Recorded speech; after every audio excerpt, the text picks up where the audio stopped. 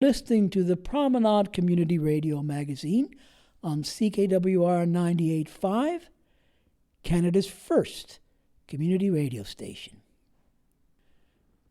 Nancy Silcox is back with us tonight to share a conversation that she set up with Jacqueline Gorey. Jacqueline Gorey is a visual artist, a mentor, an educator, an author, a philanthropist, and she does projects. So this conversation covers a lot of ground.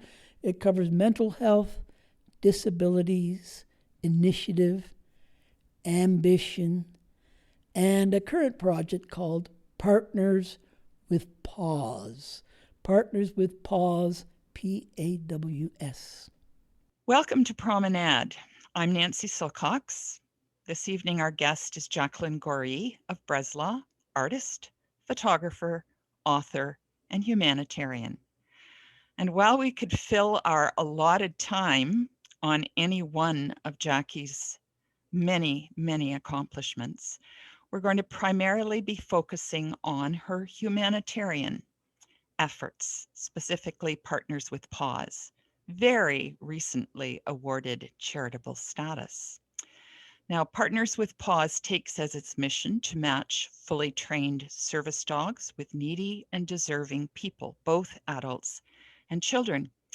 So first, many, many congratulations on this accomplishment and welcome to Promenade, Jackie. Now, before we talk about Partners with Paws, I think our listeners are going to want to know a little bit of information about you.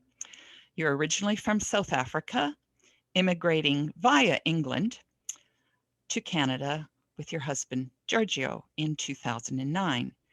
And you arrived in the Waterloo region with your first service dog, Max, a yellow Labrador retriever. Now, can you tell us how Max was essential to you in England and in your early years in Waterloo region? And then we'll move on to the great Sam, who shares your life today. But tell us a little bit about your background and Max. Well, yeah, thanks for that, Nancy. So when I was living in England, we took a trip to Florida, and unfortunately, I came back and got ill with a mystery illness that nobody could diagnose. And so I landed up in a wheelchair for 5 years. And then to help me get around in a wheelchair, I had Max, who was my service dog, and I trained him. Back then, there wasn't really a wide range of service dogs. So to have one for mobility was a fairly new thing. And so I landed up having to train my own, and I worked with some of the top trainers in England to help me do that. And Max actually was a rescue. So he came to me. Actually, he had bit his previous owner, and he came to me, and I thought, well, let's give this a shot. And we worked with some of the best trainers in England, as I said, and he turned out to be the most fabulous service dog. He used to help me when I used to drop things. I was in excruciating pain every day, and he would help manage my pain. So somehow he knew when my pain was a 5 out of 10, and then when it went over the threshold to a 6 out of 10, he would nudge me to get back into bed, and he'd perform deep pressure therapy, which would calm down the muscle spasms and allow me to just take Tylenol.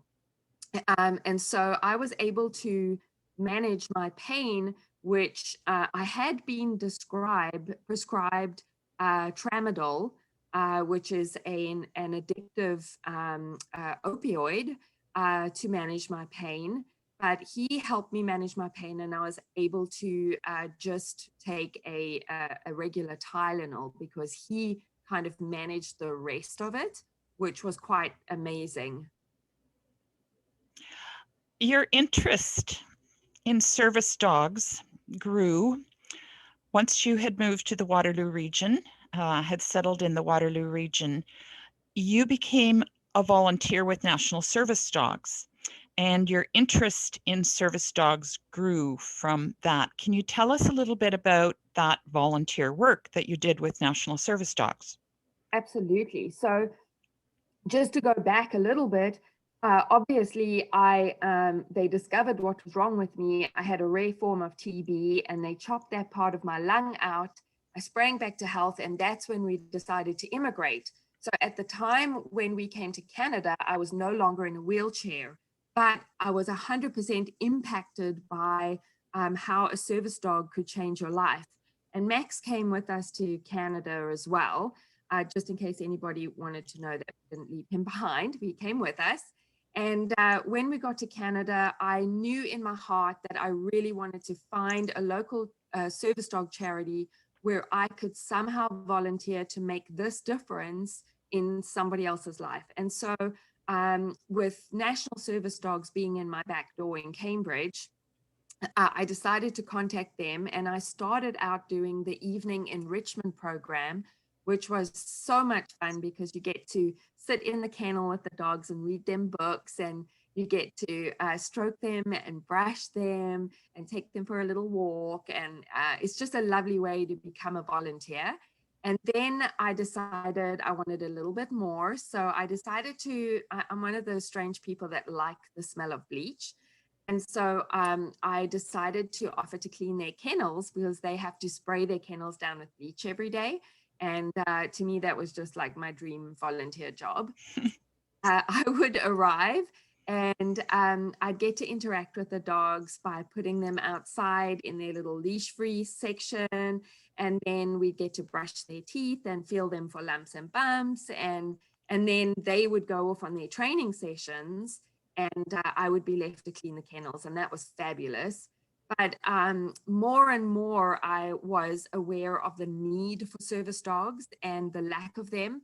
And so that was when I decided to combine my artwork with trying to make more service dogs happen.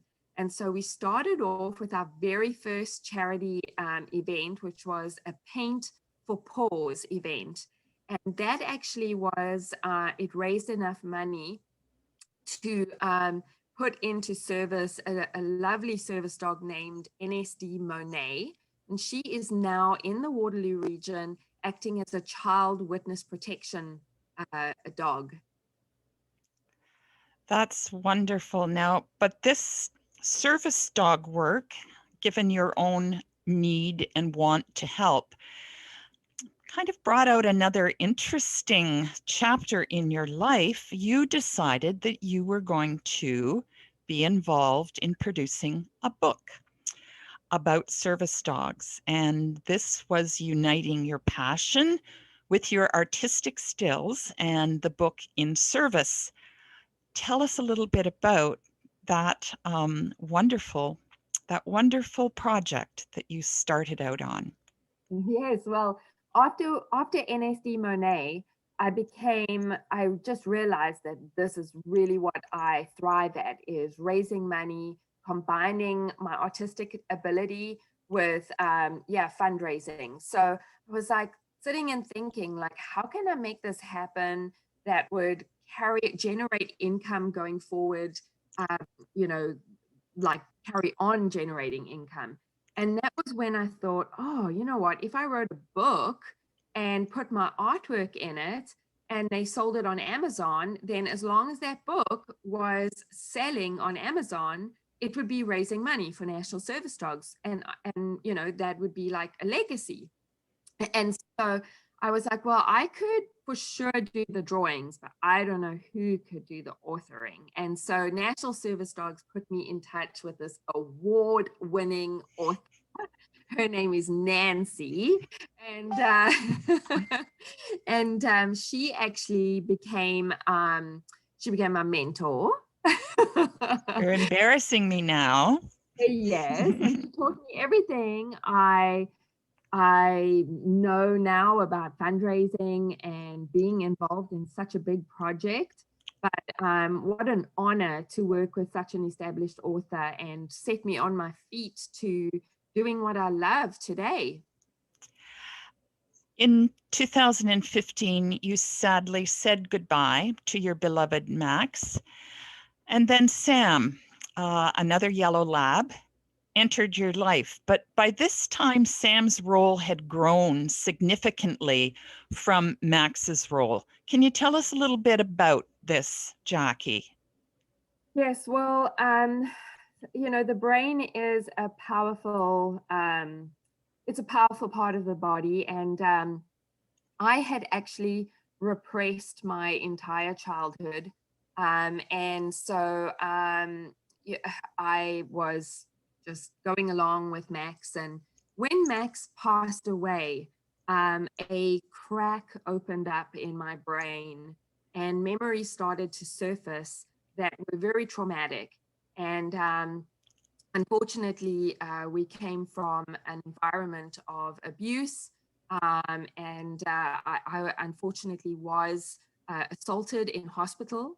And so these memories just started to surface out of nowhere.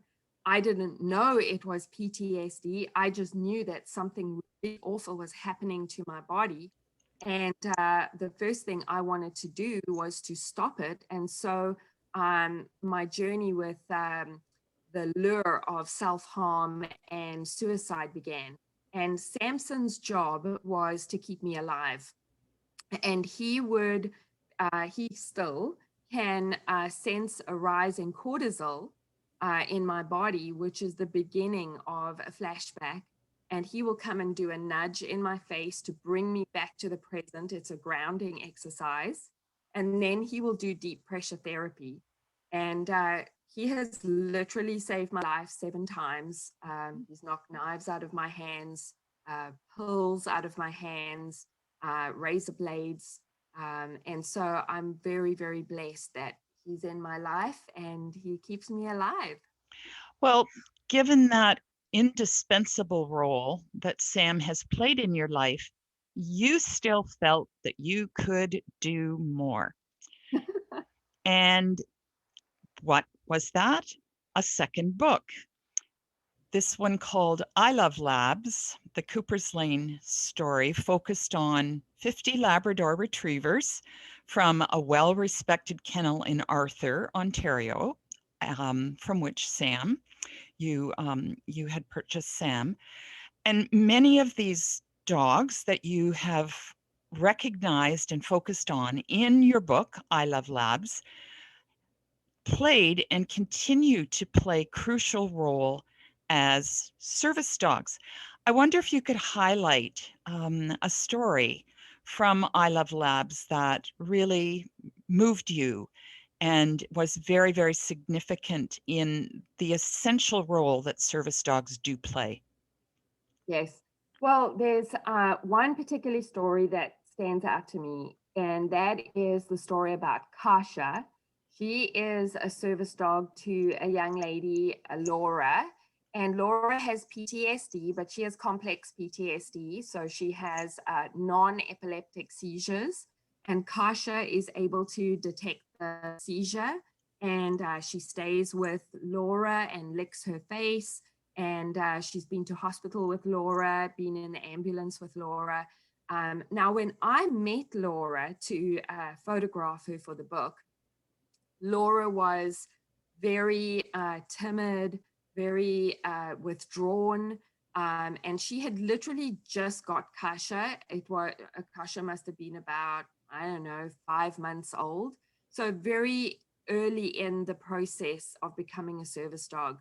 Well, now, I don't know, it's been 2-3 years of watching Laura interact with Kasha, and the growth is incredible. Laura has gone on to actually become a service dog trainer. She is on her way to university, being independent. She's out in public. And Kasha has given her all this wonderful confidence, but also her companion and her lifeline. What a wonderful story. It's so meaningful, and all these stories just kind of, they stimulate you more. you weren't done. 2 books and art for disabilities, but you still weren't done. And then came the idea for Partners with Paws. It was born. Tell me what your vision was with Partners with Paws. Well, I love National Service Dogs so much, but unfortunately, they really only do dogs for autism and PTSD, specifically related to veterans and first responders. And so when I came to need a service dog, there isn't actually a provider that does a service dog for my kind of PTSD. And with the growing trend of mental health, uh, there are so many people who need service dogs, who are struggling with mental health, that are not first responders, that are not veterans, that I saw a massive gap in society. And that was when I decided somebody has to step up to the plate and help these people, because they are left to go out and fund their own service dogs, and that can cost up to $30,000. Well, yes, and I wanted you to talk about that because I imagine many of our listeners aren't aware of the time and the expense of funding a service dog from a puppy until the dog is ready to be placed. Give us a little bit of idea of that time and money. You said $30,000. So with the big charities, they have a lot of overheads. They have kennels, they have staff, they have multiple dogs. So it can lead up to $30,000. But with the benefit of being a small charity, I don't have staff, I don't have land or kennels. So, and I use private trainers. And so it lands up costing a lot less. It costs between $15,000 and $18,000 to train a service dog from start to scratch. It takes about 2 years. But with being a private trainer or working with private trainers, I can provide a lot more options as well. So there is the option to get a fully trained service dog, or there is the option to get a puppy and have the service dog trainer work with you to help you train your own service dog. Mm-hmm. And so there are a lot of different options that Partners with Paws can give a person who's struggling with mental health. Right, but the awarding of the charitable registered charity had to have come as a real thrill for you, an affirmation. Tell me how you have been progressing since this bubbling idea came into your brain quite a while ago. You've been working on this for quite a while, and the registered charity was just icing on the cake for you. Tell me how the charity and your work is progressing. Well, the charity was born in October last year. So, October the previous year, 2019. And in 1 year, and it unfortunately happened to be the pandemic year, we thought we were only going to get one puppy. Her name is Dazzle. But during the year, we got Hugs, he's a fox red. He's 6 months now. We have Charlie, who is a very blonde Labrador. He's about 8 months now. We have Dexter, who is a golden retriever. And Dexter actually was our first graduation. He got placed just before Christmas with a lovely little girl named Evie, who has autism. And this has impacted Evie's life already so much. She's able to be more confident. Dexter has bonded to her, and the two of them have become best friends, and they are so looking forward to going back to school because Dexter will be at her side. Yes, of course. An idea born out of love and gratitude and compassion. I'm thrilled that you were able to join us this evening, Jacqueline Gorey, to tell people about the idea of having an idea and grabbing onto it and working with creativity and passion is such a meaningful one, especially in these days. Listeners who want to know a little bit more about Partners with Paws, perhaps from several different angles, may want to contact you. Can you tell them how they can reach you? Absolutely. So they're welcome to contact me through my website, partnerswithpaws.ca. There is the opportunity to donate there as well. There's a big donate button. And obviously now that we're charitable status, you'll get a tax receipt. But yes, you're welcome to contact me there. You're also welcome to you're welcome to contact me through my private website, which is jacquelinegory.com. And so either way, you can ask me questions. Wonderful to talk to you, and many, many successes. I'm looking forward to these numbers growing and the stories, of course, that come out of this about Dexter bonding and going back to school with the little girl. They're such wonderful stories. Thank you so much for joining us, Jacqueline. It's been just a pleasure talking to you. Bye-bye. Thank you so much, Nancy. Thank you, everyone. Thanks, Nancy. Thanks, Jacqueline. That website, once again, is jacquelinegory.com. Jacqueline, JACQUELINE, Gory, Gori, and it's all one word, jacquelinegory.com.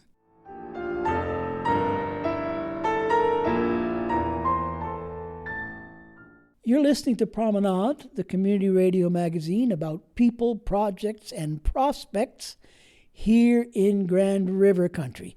It's time once again to say farewell. I want to say thanks to tonight's guests, Jaleel Debs, Alan Magana, Vanessa Petrovic, Matt Neal, Nancy Silcox, and Jacqueline Gorby. Special thanks to Brendan Highmore for his work putting this program together. This is Martin Recruit signing off. Thanks for listening. Please join us again next week, Tuesday at 6 p.m. for the Promenade Community Radio magazine, when we'll feature another episode of Watershed Writers. We'll take you out with more selections from the Music at Noon concert at WLU that we covered in a segment of last week's issue of our magazine.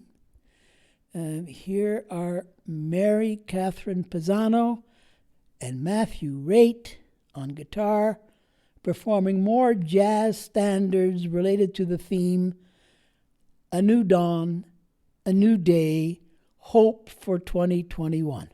This performance took place at the Maureen Forrester Concert Hall for Music at Noon, which happens every Thursday at Wilfrid Laurier University.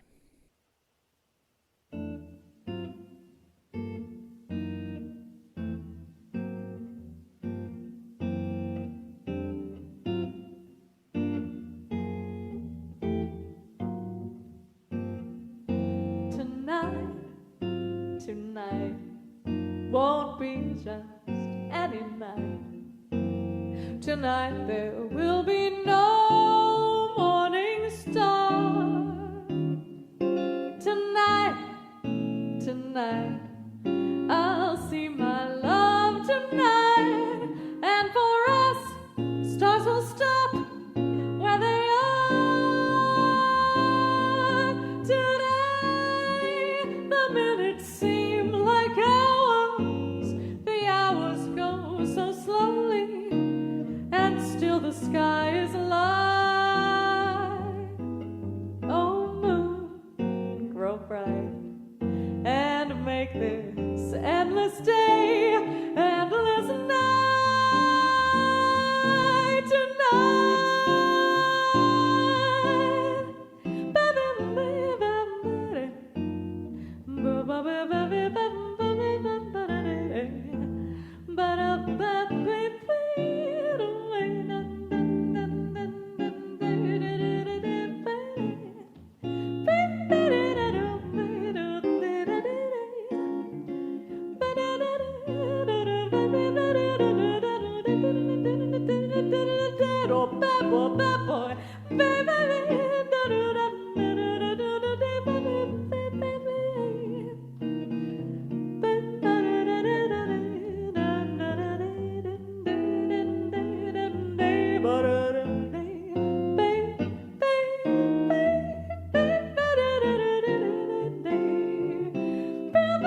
da